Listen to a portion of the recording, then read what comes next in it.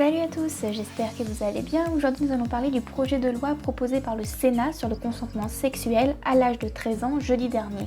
Une décision qui a provoqué de nombreuses réactions, notamment sur le réseau social Twitter. Avant 15 ans, c'est non, c'est l'hashtag le plus populaire sur Twitter pour dénoncer l'adoption par le Sénat de cette proposition de loi. Mais alors, qu'en est-il réellement de cette loi? Le Sénat a-t-il réellement abaissé l'âge de la majorité sexuelle à 13 ans?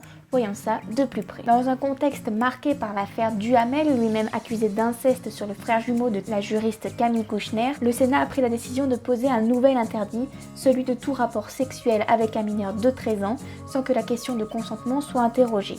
En d'autres termes, la victime de moins de 13 ans n'aura plus besoin de prouver qu'elle a subi un rapport forcé et non consenti. Il s'agit alors de créer un article dans le code pénal précisant que tout acte de pénétration sexuelle de quelque nature qu'il soit, ou tout acte bucco-génital commis par une personne majeure sur un mineur de 13 ans est puni de 20 ans de réclusion criminelle lorsque l'auteur des faits connaissait ou ne pouvait ignorer l'âge de la victime. Si ce texte est adopté, la victime n'aura alors plus besoin de prouver qu'elle n'était pas consentante à avoir des relations sexuelles avec un majeur. Cependant, cette loi ne change en aucun cas l'âge de la majorité sexuelle, toujours fixé à 15 ans. La seule différence réside alors dans les preuves.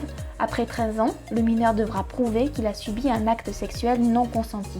Cependant, et à juste titre, certaines associations souhaiteraient que l'âge du consentement soit fixé à 15 ans et non à 13 ans. Si vous avez aimé cette vidéo, n'hésitez pas à liker ou à cliquer sur la petite cloche pour vous abonner.